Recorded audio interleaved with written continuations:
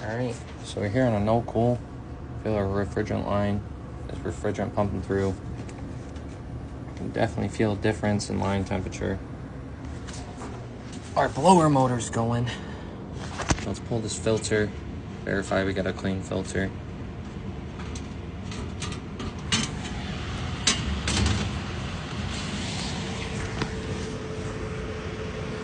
Fairly dirty filter. It's not anything to cause any issues. So we'll head outside, see what's going on outside. Alright, so here we are outside. Our system's running. Moving some hot air out. Coil's not super dirty. So I'm gonna hook up our gauges, see what's going on with our refrigeration. Filter's not ridiculously dirty, but I'm gonna change that out for them either way. It's my second call in a row where the system's working. So see if I can find an issue.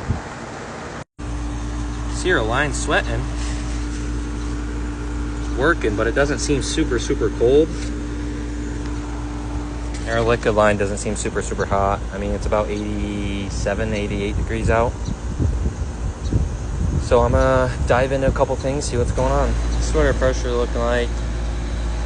Our head pressure does look a little elevated here. Call for, let me see, 10 degrees of subcooling. At about 20. Our low side looks just fine. We do look like we have an elevated head pressure.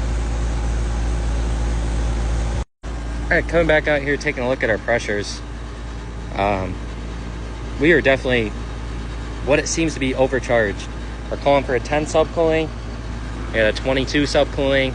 Our high side pressure is super high.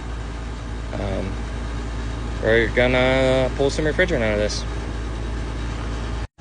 All right, as you can see, after taking a bit of refrigerant out here, see our subcooling's right where it needs to be, and you see our head pressure dropped about 50 psi. So great recovery. Use the tanks. Come on, use the tanks. Make sure to always give the customer back the refrigerant that you have in your lines.